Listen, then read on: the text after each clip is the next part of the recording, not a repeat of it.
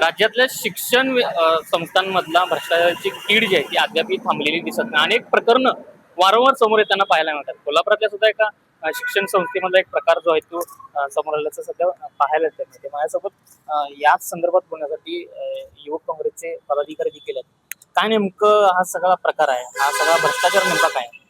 स्वामी विवेकानंद संस्था कोल्हापूरची आहे. त्या संस्थेमध्ये गेली 2-3 वर्ष झालं नोकरी लावतोय या अनुषंगाने भ्रष्टाचार चालू आहे.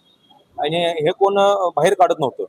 मला एक 13 जणांची यादी मिळाल्यानंतर मी त्यामध्ये 3 माणसांना मी भेटलो आणि त्यांनी मला सर्व प्रूफ त्याचे दिलेत आणि त्यांनी सांगितले की मला नोकरीला लावतो म्हणून आमच्याकडून कोट्यवधी रुपयाची याच्यामध्ये हे आहे, अपराधपर आहे. पण त्या ज्या 3 माणसांचे ते 35-40 लाख रुपये त्या माणसांचे आहेत त्यामध्ये. तर मी ज्यावेळेला आंदोलन त्यांच्या दारामध्ये केलं 11 जूनला, त्यानंतर मला अभय कुमार साळुंकेंनी आतमध्ये बोलवून घेतलं आणि काय म्हणले की मी 10 दिवसामध्ये तुम्हाला त्याचा अहवाल देतो, दोषी माणसांच्यावरती मी कारवाई करण्याचं काम या ठिकाणी करतो. असं काही झालेलं नाही, म्हणून हे मला आज पत्रकार परिषदेचं पाऊल उचलावं लागलं. खरं तर ही कागदपत्र तीच आहेत. काय नेमकं आहे यामध्ये सगळं आहे. आज मला एक सांगा, माध्यमिक शिक्षक किती मिळवू शकतो, किती पगार करू शकतो? एक लाख महिन्याला 1.5 लाख रुपये पगार माध्यमिकचा शिक्षक होतो. नागाळा पार्कातल्या जमिनीचं मी एक दाखवतो. नागाळा पार्कातल्या जमिनीचं कोट्यवधीची जमीन आहे, आलिशान बंगला बांधायचा चालू आहे. ते कशाच्या पैशातून? मग ते शिक्षक पैशातून होत असेल तर मग बाकीच्यांना, आम्हाला बी शिक्षक व्हायला चालेल ना, एवढा जर पैसा मिळत असेल.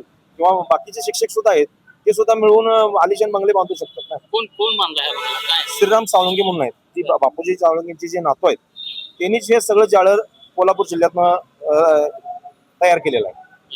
त्यामध्ये धनाजी देसाई जो आहे मी व्यक्ती, त्या धनाजी देसाईने सुद्धा एजंट मार्फत पैसे गोळा केलेले आहेत आणि पैसे गोळा करत असताना एकाचे पैसे घेतलेत आणि एकाला नोकरी लावलेली.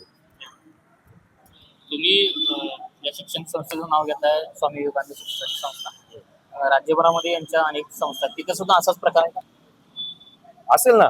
इथं जर असं असेल, ही मुख्य शाखा आहे, इथं ह्या मुख्य शाखेमध्ये जर असं होत असेल तर बाहेरच्या याच्यामध्ये होतंय. काय झालंय, ही शिक्षण संस्था मोठी असल्यामुळं या पुढे येणं झाले.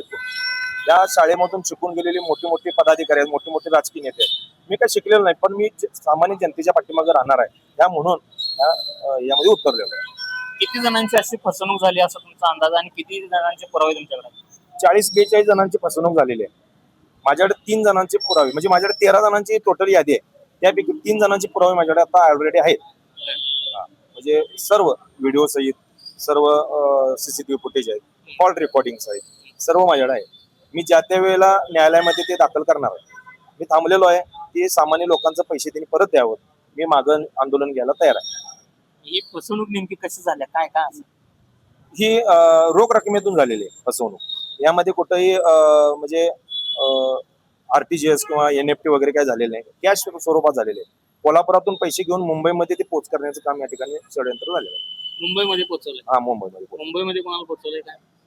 तिथून दुसऱ्या एजंटमध्ये पोहोचवलंय, तिथून परत खाली संस्थेला येत. पुन्हा संस्था? म्हणजे संस्थेला म्हणजे श्रीराम साळुंकेंच्याकडे आले. हे पैसे कशासाठी दिले गेलेत काय?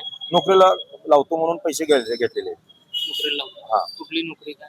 सिनियर पदाच्या भरती आहेत, क्लार्क पदाच्या भरती आहेत, त्यामध्ये शिपाई पदाच्या भरती आहेत. पण सिनियर पदाच्या भरतीला 70 लाख रुपये रेट चालू आहे आताचा सध्या. सगळ्या संस्थांमध्ये का फक्त तिथला? स्वामी विवेकानंद संस्थेचा. स्वामी विवेकानंद संस्थेमध्ये 70 लाख.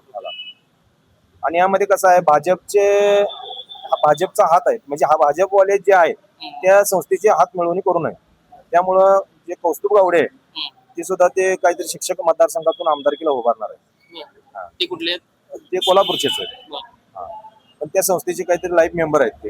पण एक मला विनंती करायची आहे, बापूजी साळुंकेंच्या नातवानी जे श्रीराम साळुंके आहेत, त्यांनी जो प्रकार केलाय तो थांबवावा आणि सर्वसामान्य लोकांचे पैसे द्यावा. मी या ठिकाणी सर्व पुरावे नष्ट करण्यास तयार आहे. तुमची काय पुढची काय वाटचाल असणार त्याच्या पुढे, काय मागणी काय असेल? त्यांनी मला 2-3 दिवसामध्ये जर अहवाल दिला तर ठीक आहे, दोषींवरती कारवाई करावी, श्रीराम साळुंकेंना यामध्ये निलंबित करावं, त्यांची चौकशी समिती लावून त्यांना निलंबित करायला पाहिजे एवढं माझी विनंती आहे.